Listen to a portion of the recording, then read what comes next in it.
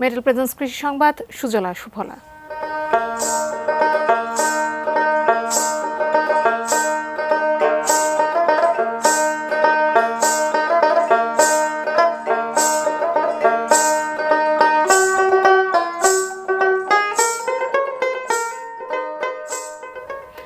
মানিকগঞ্জের রোপা আমন ধান রোপণে ব্যস্ত সময় পার করছেন কৃষকেরা।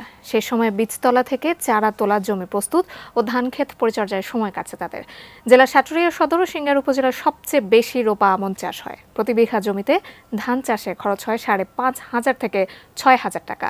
তবে সময় মতো বৃষ্টি না হয় এবছর বিঘা প্রতি 1,000 টাকার বেশি খরচ করে সেচ পাম্পের পানির উপর নির্ভর করতে হয় বলে জানান কৃষকেরা। কৃষি বিভাগ জানায় চলতি বছর রোপা আমনের লক্ষ্যমাত্রা ধরা হয়েছে 1850 হেক্টর। এ পর্যন্ত অর্জিত হয়েছে প্রায় 70 ভাগ।